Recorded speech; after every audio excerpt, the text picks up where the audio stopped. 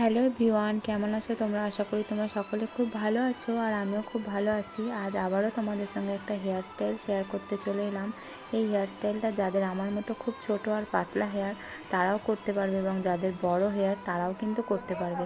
দেখো, সিম্পলি একটা ডোনাট দিয়ে আমি ফোল্ড করে হেয়ারটাকে বেঁকিয়ে নিচের দিকে নামিয়ে নিয়ে জাস্ট একটা ইউপিন দিয়ে সিকিওর করে দিলাম। আর একটা বড় দেখো হেয়ার স্টাইলের ডোনাটের মতন একটা বান ক্রিয়েট হয়ে গেল।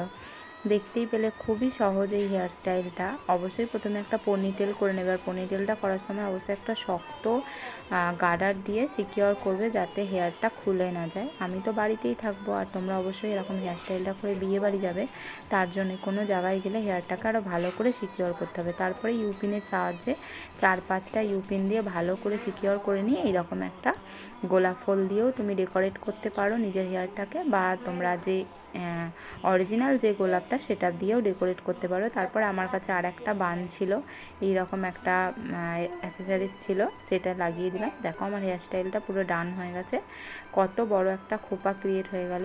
আর আমার ভিডিওটা যদি ভালো লাগে অবশ্যই একটা লাইক করে দিও।